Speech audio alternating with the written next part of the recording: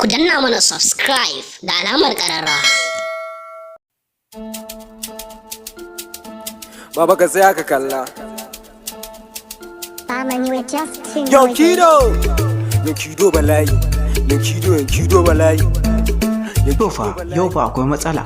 Ku biyo mu a tashar mu ta Kukan Arewa TV. Ku danna mana subscribe da alamar like. Mun gode. Ita ce mala yanzu ta juyo anti buliki ka ganta didano kai kido ta samun ido shi da force yanzu ya kake yankido empty bugo duka muzo in nazo gurin ta cika san ido. Ita ce mana. Shahararriyar jaruman na ta Kano, jaruma Nafisa Abdullahi, an ci tare ta a ƙasar Egypt. An kama ta sakamakon tukin gangance, wato ba a bisa tsari ba, ko kuma mu ce rashin iya tuki. Kudin tare da aka karba a wajen jaruman idan an juya shi zuwa kudin Najeriya kimanin naira miliyan 2,250. Haba in ta ganni tana gyarawa kin gani ne da riba kid na kashe miki cash muka ɗiba. Yanzu ga mu aka duba showing the flow in ta ganni ta duka fresh cheese overdose su muka tara fada da ni kin jikar da ki fara tall nigga fresh ta ganni ta. Tunda aka ci tare jaruma Nafisa Abdullahi ta dawo gida Najeriya, jaruma ta ce a gaskiyar magana sun fi yin bin doka da koda.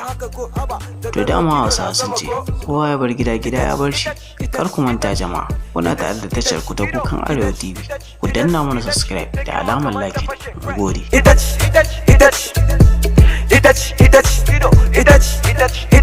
ce ta rike ni kudin ta kashe na faɗa inda kido ba damuwa. Bana yanzu kwa tana cikin ruwa kudin mu kullum yana da karuwa.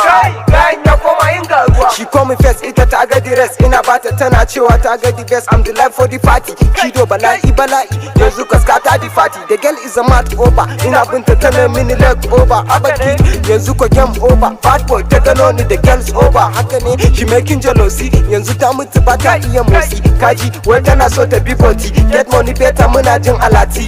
Aba ba ta kudi a akwati. Yankido bala'i.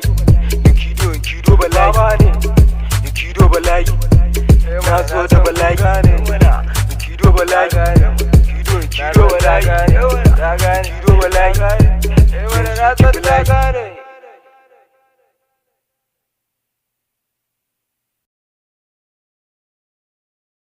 Ku danna mana subscribe da alamar ƙararrawa.